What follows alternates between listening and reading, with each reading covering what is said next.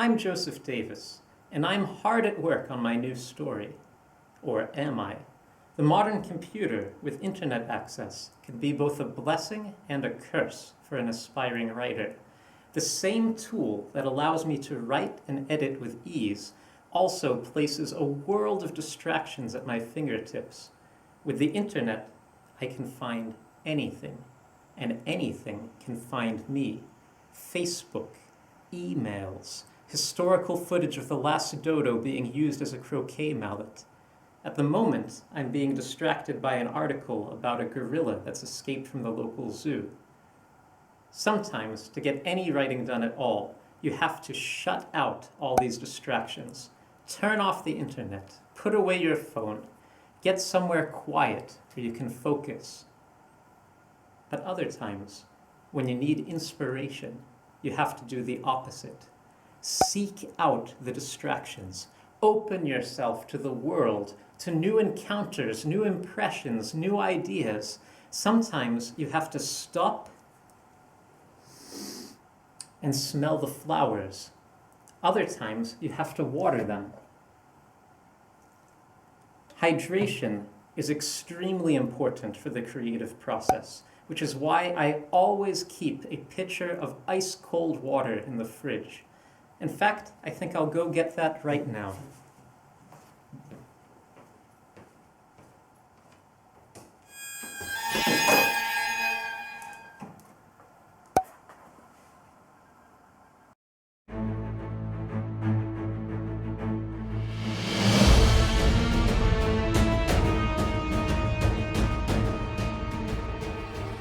Welcome to the circle of expectations. This is where you'll find every detail that's already been revealed in our story. For example, this plant and this watering can. It's also where you'll find every detail the reader could reasonably expect to find. For example, we have a kitchen, so there could be spices, plates, knives. It's inside this circle of expectations that you'll find all the best solutions to your story's problems. Now, you could always take a solution from outside the circle. For example, a doctor might come riding in out of nowhere on a horse and shoot the gorilla with a tranquilizer gun. Problem solved. But that's not satisfying. Not in the same way it would be if I took this plant that the reader already knows and loves and used it to solve my gorilla problem and get to my drinking water. When you reuse an old detail like this plant, it makes that detail meaningful. It tells the reader, pay attention to what I show you, because it could turn out to be very important. It could turn out to be the key to everything. It's that kind of reuse of old details that makes a story cohesive, interesting, and meaningful. So I could use this plant to solve my gorilla problem, or I could use this watering can. But instead, I'm going to use my computer. I've already told you that the internet gives me access to anything, including the mating call of a mountain gorilla.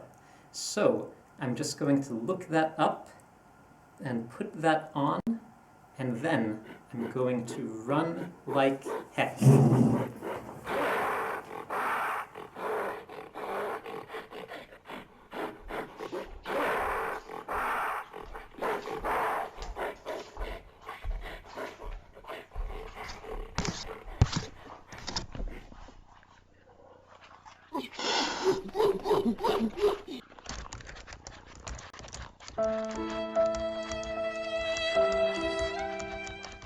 And now that the gorilla is distracted, I can get my ice-cold water from the refrigerator and stay hydrated.